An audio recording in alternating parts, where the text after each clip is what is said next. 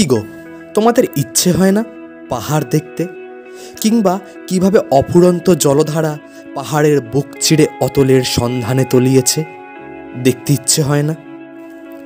কিংবা এমন কখনো ইচ্ছে হয়নি যে স্পিড বোটে চেপে বেরিয়ে পড়ব অজানা এক দ্বীপের ভ্রমণে? হয়নি ইচ্ছা? আচ্ছা, কখনো ভেবে দেখেছো এক বিশাল ঝিলের পাশে দাঁড়িয়ে পাহাড়ের দিকে দুই হাত ছড়িয়ে চেঁচিয়ে বলবে, পৃথিবী, আমি তোমাকেই ভালোবাসি? দেখো, এই ইচ্ছে বাসনাগুলো তোমরা পালন করো কি না আমি ঠিক জানি না, তবে তোমাদের একটা ইচ্ছে কিন্তু আমি জানি, এমন একটা জায়গা যেখানে নির্ভয়ে নির্দ্বিধায় মাস্ক ছাড়া ঘোরাফেরা করা যায়।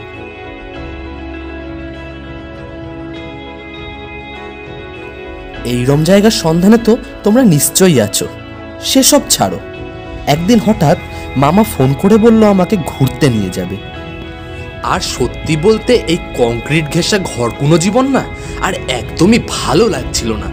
আমি তো ফোনটা পেয়ে আনন্দে প্রায় দিশেহারা হয়ে গেছিলাম। সেই সুবাদেই ঘুরে এলাম পুরুলিয়া, অযোধ্যা পাহাড়। অযোধ্যা পাহাড়ের নিচের অংশটা শহুরে এবং করোনাপ্রবণ হলেও পাহাড়ের যে উপরাংশ সেই অংশটা যেমন সবুজ, যেমন প্রাকৃতিক, ঠিক তেমনই করোনা মুক্ত। আমরা ওলায় চেপে ঠিক ভোর 5:30 পৌঁছে যাই হাওড়া স্টেশনে।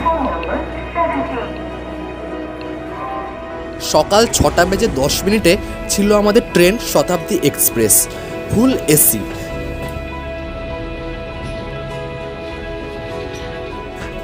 এবং নিঃসন্দেহে তোমাদেরকে আমি এটা বলতে পারি, এই ট্রেন জার্নি ছিল অত্যন্ত আরামদায়ক এবং অত্যন্ত বিলাসবহুল।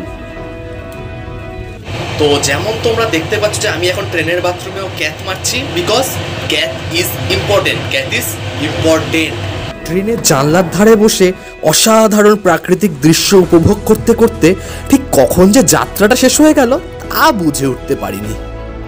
মাত্র 2 ঘন্টা 30 মিনিটের মধ্যেই আমরা পৌঁছে যাই আসানসোল জংশনে। তো বর্তমানে আমরা এসে গেছি আসানসোল জংশনে। আর আমাদের মেন দেখার বিষয় যেটা হচ্ছে সেটা হচ্ছে পুরুলিয়ার অযোধ্যা পাহাড় এবং বিভিন্ন আরও যত সব পাহাড়, ঝর্ণা, এই সমস্ত। তো দেখো গাইস, আজকে হচ্ছে 18 তারিখ, আমরা এসেছি এখন আপাতত আসানসোল জংশনে। আমাদের পুরুলিয়াটা কমপ্লিট করতে হবে 21 তারিখের মধ্যে। হাতের সময় খুব একটা তো বেশি নেই, তো যতটা পারবো hope for the best. And guys, তোমরা আমাদের সঙ্গে থেকো, ভিডিওটা পার্ট 1 পার্ট 2 করে আসবে ভিডিওটা। আর পুরুলিয়াতে একটা ঝকঝকে সুন্দর রোদ উঠেছে, যেটা শীতের মধ্যে খুব সুন্দর ফিল দিচ্ছে আমাকে। আর এখানে শীতটা তোমার ওই কলকাতা থেকে একটু বেশি, যেখানে আমি রোদের মধ্যে ওই জ্যাকেটটা পরে থাকায় আমার খুব একটা বেশি শীত ফিল হচ্ছে না, কিন্তু বেশ ভালোই লাগছে। তো গাইস, এই যে পেছনে যে গাড়িটা দেখছো, এটা করে এখন আমরা ট্যুরে যাবো। একদম আসানসোল জংশন থেকে আমরা স্পট ভিজিট করতে যাবো, অ্যান্ড দেন একবারে রাত্রিবেলা হোটেলে ঢুকবো।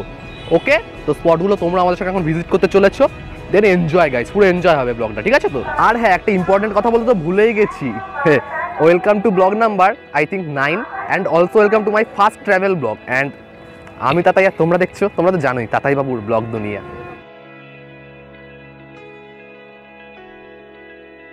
খুব ঠান্ডা রে এখানে। ও হ্যাঁ, দেখুন একে দেখুন, কোনো পোশাক পায়নি, ভিখারির বাচ্চা, কোনো পোশাক পায়নি, আর এসে বলছে ঠান্ডা খুব। মানে কি বলবো, আর গাড়ি ছেড়ে দিয়েছে।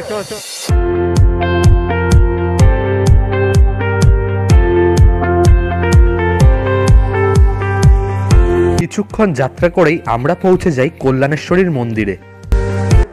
তো এখন আমরা এসছি কল্যাণেশ্বরীর মন্দিরে। মা কল্যাণেশ্বরীকে আপাতত এখন আমরা পাইনি, যাচ্ছি সোজা গিয়ে এই মন্দিরের মেন গেট, মানে মেন গেট দিয়ে এসছি, আরেকটা গেট আছে সোজা গিয়ে। তো ইয়েস, এখন ফার্স্ট স্পট আমরা যেটা ভিজিট করছি সেটা হলো কল্যাণেশ্বরী মন্দির। এখানে চারিদিকে প্যারা সন্দেশ, জবা ফুলের মালা পুজো দেওয়ার জন্য বিক্রি হচ্ছে, আর সবার মধ্যে বিশাল কম্পিটিশন কিন্তু বিক্রি করার।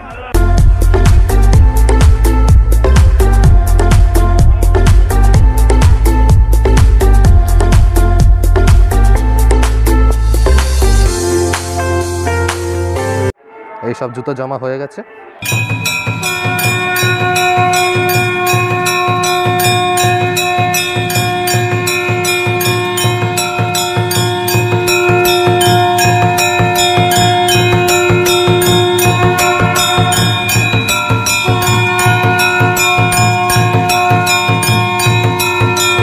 দেখতেই পাচ্ছেন মন্দিরে মা কল্যাণেশ্বরীর দর্শনের লম্বা একটা ভিড়। তো লাইন দেব, আর মাস্ক তো পরেই আছি, সেফটি ফার্স্ট।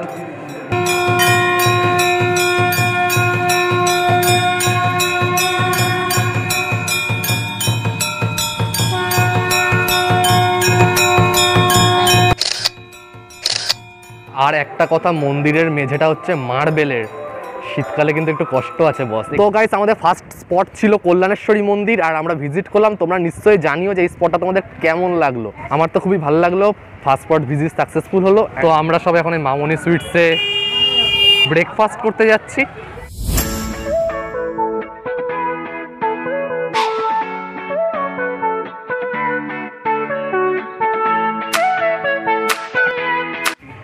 তো এই যে আমাদের ব্রেকফাস্ট এসে গেছে, কচুরি আর ঘুগনি, পুরো কম্বিনেশন। তো কচুরি ছিঁড়ে নিয়েছি, সুন্দর করে তরকারি লাগিয়ে আলুটা নিয়ে নিই, ভালো খেতে। মন্দির দিয়ে স্টার্ট যখন যাত্রা আশা করি শুভ হবে। মা কল্যাণেশ্বরীর দর্শনের পর আমরা রওনা দিলাম মাইথন ড্যামের উদ্দেশ্যে। তো চলে এসেছি আরেকটা স্পটে তোমাদেরকে নিয়ে। তো নেক্সট স্পট হচ্ছে মাইথন ড্যাম। আমরা আসছি। আর একটা কথা, যেখানে এটা একটু আশ্চর্য লাগছে আমার, যে ব্যাপারটা হচ্ছে এখানে রোদ আছে, কিন্তু ভালো রোদ, কিন্তু শীত তো কিন্তু প্রচুর করছে রোদের মধ্যে, -42 ডিগ্রি। ওইসব না, বাট শীতটা খুব সুন্দর, মানে সুন্দর কেন বলছি, শীত করছে। ও হাফাতা পরে ঘুরছে, ওকে দেখে আরো শীত করছে। বডি ও চারাচ্ছে গঞ্জা মেরে কো পেয়ারা। আর আমাদের পেছনে দেখতে পাচ্ছ তোমরা ড্যামটা, পড়ে যাবি। করবো না, এই তো বেঁচে আছি। নিচটা দেখা, কোথায় দাঁড়িয়ে আছি দেখো। দেখো পাকা বাচ্চা।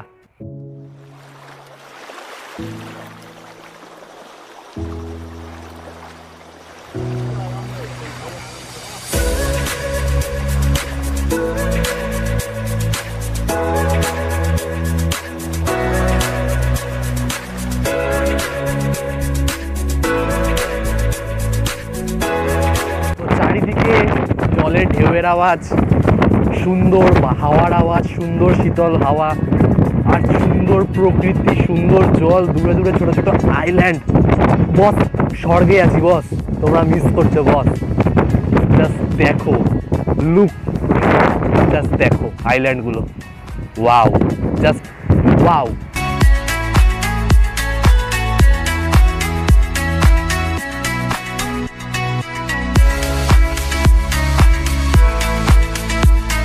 জায়গাটা এক ক্লাস। মাইথন ড্যাম যে এত সুন্দর হবে, মায়ের দিব্যি বলছি, ভাবতে পারিনি। জাস্ট তুমি দেখো ড্যামটা আমার পেছনে, জাস্ট মনটা গ্রিন হয়ে গেছে। এই ঘরে বন্ধ থাকতে থাকতে পাড়ায় বেরোতাম যদিও, বাট এত সুন্দর একটা ট্যুরে অনেকদিন পরে এসে জাস্ট খুব খুব খুব ভালো ফিল হচ্ছে। তো এই সুন্দর প্রকৃতির বুকে দাঁড়িয়ে আমরা আরো একটা সুন্দর খবর পেলাম, যে আমাদের বোটিং করা যায়। আর সবচেয়ে বড় কথা, আমাদের গার্জেনরা আমাদের বোটিং করাবে, অন্য জায়গায় করাতে চায় না, বলে যাবি না, ডুবে যাবি, সে উল্টো পাল্টা। তো আমরা বোটিং করেছিলাম মৌসুম বোটিং ঘাটে। তো মৌসুম বোটিং ঘাটের রেটটা ছিল খুবই হাই, বাট দৌড়াদৌড়ি করে আমরা একটা ফিক্সড রেটে নেমেছিলাম, অ্যান্ড দেন ওই রেটেই আমরা বোটিং করেছিলাম।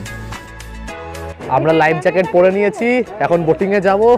একদম লাইফ জ্যাকেট, সেফটি ফার্স্ট। ওইখানে সবুজ দ্বীপ বলে একটা দ্বীপ আছে, যেই দ্বীপটায় আমরা নামবো, নেমে 25-30 মিনিট কাটাবো। বোটিং স্টার্ট হবে, কন্টিনিউ করো তোমরা। স্টার্ট দিয়ে দিয়েছে বোট, জল পুরো টলমলো একদম। যখন টলমলো জলে আমাদের বোট স্টার্ট দিল, তখন সত্যি বলতে গেলে একটু ভয় তো লাগছিলই, কিন্তু তারপরে যে আনন্দ পেয়েছি না বস, তা ভাষায় বলে বোঝানোর মতো নয়। খুব মজা, খুব মজা। চারিদিকে নীল জল, ঢেউয়ের কলহ, শীতল বাতাস, আর সামনে তাকালে কিছুটা দূরে দেখা যাচ্ছে ছোট্ট এক দ্বীপ। তখন তো আমার ভাবলেই বেশ অবাক লাগছিল যে কিছুক্ষণ পরে আমরা নাকি ওই দ্বীপটাতেই নামবো। আমাদের বোট যখন ঘন জঙ্গলের পাশ থেকে যাচ্ছিল, আমার শরীরটা বেশ থমথম করছিল। আর আচমকা মাতাল ঢেউগুলো এসে যখন বোটের গায়ে বাড়ি খেয়ে আমাকে ভিজিয়ে দিচ্ছিল, বাবারে বাবা, ঠান্ডায় তো সব রোমকূপ জেগে উঠছিল। আমরা এখন সবুজ দ্বীপে এসে গেছি, তোমরা দেখতে পাচ্ছ এই যে দ্বীপটা, ওকে, দোলনা টোলনা লাগানো আছে। তো আমরা এখন সবুজ দ্বীপে এসে গেছি, খুব এক্সাইটেড আমি। তো এখন আমরা প্রবেশ করছি সবুজ দ্বীপে। তো মাঝি দাদা ভাই খুব সাবধানে আমাদের বোটটাকে নোঙর করলো, এবং আমরাও সবাই খুব সাবধানেই নেমে পড়লাম সবুজ দ্বীপে। তো ইন দ্য টাইম আমরা এই এক্ষুনি হোঁচট খাচ্ছি। তো ইন দ্য টাইম আমরা সবুজ দ্বীপে ল্যান্ড করে গেছি, বোটে করে এলাম। দারুণ জায়গা, দারুণ জায়গা, দারুণ এক্সাইটমেন্ট। শুনলাম এটা একটা পিকনিক স্পট, তাই জন্য এখানে অনেক দোলনা টোলনা লাগানো আছে, সুন্দর ওভারব্রিজ টাইপের করা আছে, চারিদিকে জল, মাঝে একটা দ্বীপ, আর সেখানে আছি আমরা। এক্সাইটমেন্ট লেভেলটা বুঝতে পারছো তোমরা? এই কবিতা হয়ে গেল, মাঝে আছি আমরা, এক্সাইটমেন্ট লেভেল বুঝতে পারছো তোমরা? আরে সাবাস, ক্যা বাত ক্যা বাত। চলো ঘোরা যাক।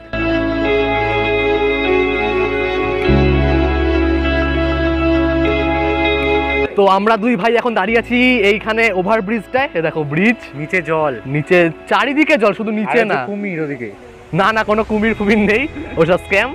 বাট জায়গাটা খুবই সুন্দর একটা জায়গা, মানে চারিদিকে জল, মাঝে টাইল্যান্ডে আমরা আছি, বানটাই জায়গা।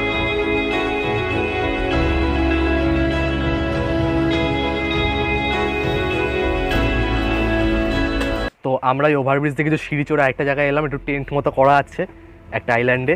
এটা খুবই সুন্দর, এখানে ডেকোরেট করা। বাট একটা জিনিস খারাপ লাগলো, যে এখানে আশেপাশে বিয়ারের বোতল, প্লাস্টিক, লেইসের প্যাকেট এসব ফেলা, জায়গাটা পলিউশন হচ্ছে।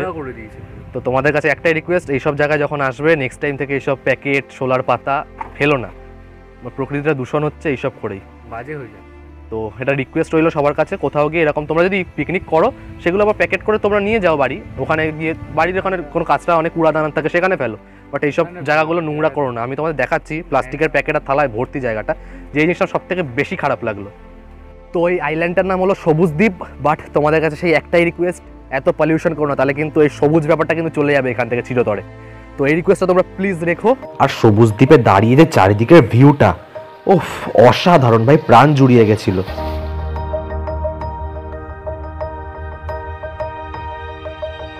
এ ভাই, মুখে রোদ পড়েছে, আমাকে ফর্সা লাগছে। তাই তো, আমাকেও তো কালো মানুষ ফর্সা হয়ে গেলাম। ম্যাজিক, ম্যাজিক, আইল্যান্ডে জাদু আছে, সবুজ দ্বীপের জাদু, সবুজ দ্বীপের জাদু, সবুজ দ্বীপের জাদু।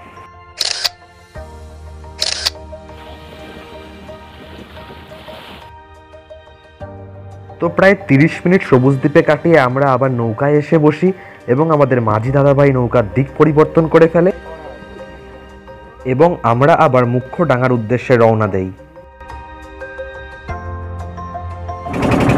টাটা। তো গাইস, আমরা জাস্ট ওই বোটিং করে রিটার্ন করলাম, দ্বীপ টিপ ঘুরে। দারুণ এক্সপিরিয়েন্স, মনটা জাস্ট স্পিচলেস। আমি এখন প্রকৃতি কি অনুভব করলাম অনেক বছর পর, জাস্ট অনেক বছর পর। ওই সবুজ দ্বীপ, ওই বোটিং, ওই জলের ঢেউ, ওই জলের আওয়াজ, ওই হাওয়ার আওয়াজ, আমি জাস্ট হারিয়ে আছি এখন ওই জায়গাটাতেই। আমি বেরিয়ে আসতে চাইছি না ওখান থেকে, বাট বাড়ি তো ফিরতে হবে, বাড়ি মানে হোটেলে ফিরতে হবে বা অন্যান্য স্পটে যেতে হবে, কারণ আমাদের পুরো পুরুলিয়া কভার করতে হবে মাত্র 21 তারিখের মধ্যে। আজকে 18 তারিখ। তো ঠিক আছে, খুব সুন্দর একটা জায়গা, আপাতত আমার বেস্ট স্পট এটা লাগলো। তো যাবো এবার নেক্সট স্পটে। আরেকটা ব্যাপার আমরা হঠাৎ জানতে পারলাম, যে ভাবছিলাম এতক্ষণ আমরা ওয়েস্ট বেঙ্গল আছি, বাট একটা গাড়ির নাম্বার প্লেট দেখলাম, তাও বেশ কয়েকটা গাড়ির নাম্বার প্লেট পরপর দেখলাম এটা JH, ইটস মিন ঝাড়খণ্ড। আমরা এখন ঝাড়খণ্ডে আছি, দেখো খচ্চর। তো গাইস, লাঞ্চ টাইম, এই যে হোটেল আমার পেছনে, তো এটা এখন লাঞ্চ টাইম আমাদের। Had some lunch.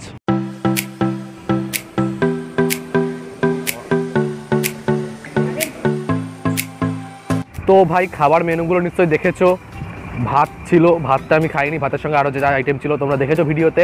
অ্যান্ড আমরা খেয়েছিলাম হচ্ছে তন্দুরি, কী খেলাম, তন্দুরি রুটি আর সঙ্গে চিকেন আর তরকা, ডিম তরকা।